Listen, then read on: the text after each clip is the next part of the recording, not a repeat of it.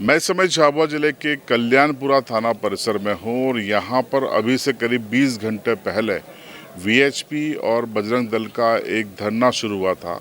ये कैंपस देखिए, यहाँ बड़ी तादाद में पुलिस भी तैनात है और यहाँ पर वीएचपी और भगत समाज के जो कार्यकर्ता हैं वो जमे हुए हैं। आज़ाद प्रेम सिंह इनको लीड कर रहे हैं। इन्हीं से हम जानेंगे कि आखिर मुद्दा क्या है। आप धरने पे क्यों बैठ गए कल शाम से? हम काफ़ी समय से इस 5वीं अनुसूचित क्षेत्र में जो विधि विरुद्ध अवैध धर्मांतरण किया जा रहा है आदिवासियों का बिना मजिस्ट्रेट की अनुमति के, और आदिवासियों की ज़मीन पे अवैध चर्च बनाए जा रहे हैं विदेशी संस्थाओं और उनके पादरियों द्वारा, और धार्मिक स्वतंत्रता अधिनियम की जो कानून बना हुआ है उसका भी उल्लंघन किया जा रहा है। तो हम हमारी संस्कृति, सभ्यता और हमारे सनातन धर्म को बचाने के लिए लगातार पुलिस प्रशासन और शासन से आवेदन, निवेदन और कर रहे थे कि ये जो अवैध धर्मांतरण है ये रोका जाए। पुलिस प्रशासन का ये ड्यूटी है। लेकिन कल्याणपुरा क्यों चुना आपने धरने के लिए? कल्याणपुरा में एक एफआईआर हुई थी 25 तारीख को।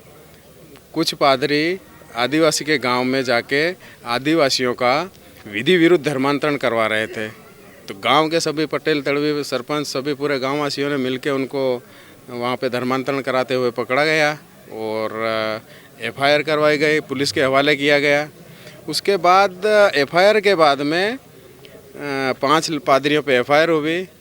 उसके बाद में इन्होंने फरियादी जो ग्रामीण थे, पटेल, तड़वी और वहाँ का जो स्थानीय निवासी जिन्होंने विधि विरुद्ध धर्मांतरण कराते हुए पादरियों को पकड़ा था, उनके खिलाफ 16 लोगों पे एफआईआर कर दी। 6 नामजद प्लस 10 अन्य कर दी। किस आरोप में एफआईआर हुई? मारपीट के आरोप में। तो एक तो पादरी बिना मजिस्ट्रेट की अनुमति से गांव-गांव घूम रहे हैं, उनको रोकने का काम पुलिस का है। जितनी भी संस्थाएं अवैध चर्च और अवैध धर्मांतरण लिप्त हैं उनको रोकने का भी पुलिस की ड्यूटी है। और ये जो पादरी मजिस्ट्रेट की अनुमति के बगैर जो जा रहे हैं, धर्मांतरण करवा रहे हैं, इसकी हज़ारों बार कंप्लेंट चल रही है। आज भी कर रहे हैं, आगे करते आ रहे हैं। पुलिस ने अपनी ड्यूटी नहीं करी। आप 20 घंटे से हम देख रहे हैं यहाँ बैठे हैं, रात में भी आपने प्रदर्शन किया, लेकिन बीजेपी जो हिंदुत्व विचारधारा की पार्टी मानी जाती है उसके नेता आपके साथ यहाँ दिखाई नहीं दे रहे? जी, यही ये जो समाज बैठा है, पूरा हिंदू समाज, सनातनी समाज, इसमें पूरा हिंदूवादी सरकार में जो दावा करती है हिंदू हित की, उसके राज में विधि विरुद्ध धर्मांतरण हो रहा है, अवैध चर्चों के निर्माण हो रहे हैं, विदेशी पादरियों को लाके उद्घाटन करवाए जा रहे हैं, विदेशी संस्थाओं को एक तरह से सहयोग किया जा रहा है और हिंदू समाज को यूज़ एंड थ्रो उपयोग करके फेंक दिया गया है। थाना परिसर के आगे चिल्लाते रहो, मरते रहो, कोई सुनने वाला नहीं है। ये आज हमारे संत महात्माओं की, हमारे हिंदू समाज की दयनीय स्थिति हो गई है। बीजेपी इसके लिए कसूरवार है क्योंकि वो दावा करती है हम हिंदुओं के साथ होने का। उनका तो अब नया नारा है ना कि सबका साथ सबका विकास। तो सब में हम आदिवासी है कि नहीं है? हम ये पूछना चाहते हैं ना शासन सरकारों से कि क्या आपके सबके साथ में, सबका विकास के नारे में हम आदिवासियों, हिंदुओं का कोई वैल्यू है नहीं है? आप ये आरोप लगा रहे हैं कि बीजेपी या उससे सहयोगी लोग जो है हिंदुत्व विचारधारा से हट रहे हैं। हट चुके हैं, हट रहे नहीं। 3 साल से हम पूरे समाज के साथ प्रार्थना, आवेदन, निवेदन, हाथ जोड़ना सब कर रहे हैं। अभी पूरे सबकी नवरात्रि के उपवास चल रहे हैं। भूखा प्यासा ये हिंदू समाज, आदिवासी समाज, पूरा सनातनी समाज यहाँ पे संत समाज, संत का महत्व भारतवर्ष के लिए क्या है आप समझते हैं, पूरा हिंदुस्तान समझता है। संत यहाँ पे लावारिस की तरह रात को सोया है, भूखा प्यासा। किस लिए? पर्सनल लड़ाई नहीं है, किसी की निजी लड़ाई नहीं है। ये हम हमारी संस्कृति, सभ्यता और हमारे सनातन धर्म को बचाने के लिए रिक्वेस्ट कर रहे हैं संवैधानिक तरीके से कि हमारा विधि विरुद्ध धर्मांतरण रोक दो, हमारी ज़मीन पे अवैध चर्च रोक दो। तो ये प्रशासन के जो अधिकारी हैं पुलिस का, उनका कहना है कि एफआईआर अगर हुई है तो उसकी जांच होती है, जांच में अगर निर्दोष होंगे तो निराकरण होता है, तो उनको वक्त देने में कोई दिक्कत है? 2 दिन तो यही हो गए, और कितना वक्त चाहिए?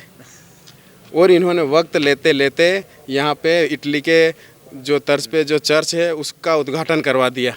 3 साल से वक्त दे रहे हैं, वो ये वक्त ले रहे हैं, उसका रिजल्ट अब ये कब तक चलेगा, ये धरना कब तक चलेगा? ये अनिश्चितकालीन है। हमारे साथ न्याय होना चाहिए, 5वीं अनुसूची में हैं हम। सिस्टम यहाँ का शासन प्रशासन इस बात को समझे। मिशनरी को राइट्स है तो लीगल तरीके से राइट्स हैं, इलीगल तरीके से अवैध रूप से जो हम लोगों को ईसाई बना रहे हैं, पूरे समाज को सत्यानाश कर रहे हैं, विधि विरुद्ध कर रहे हैं। जांच तो कर दो। हिम्मत नहीं है तुम्हारी कार्रवाई की विदेशी संस्थाओं के ऊपर, ईसाई मिशनरी विदेशी संस्थाओं पे, तो जांच कर दो।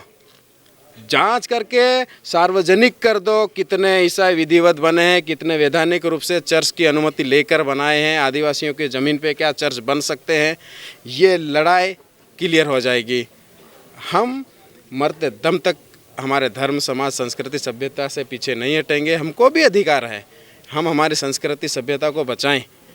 हम कानूनी रूप से संवैधानिक तरीके से सिस्टम, पुलिस प्रशासन, शासन से अपील कर करके मजबूर हो चुके हैं, और पुलिस प्रशासन खुद नहीं रोक रहा है, शासन खुद नहीं रोक रहा है।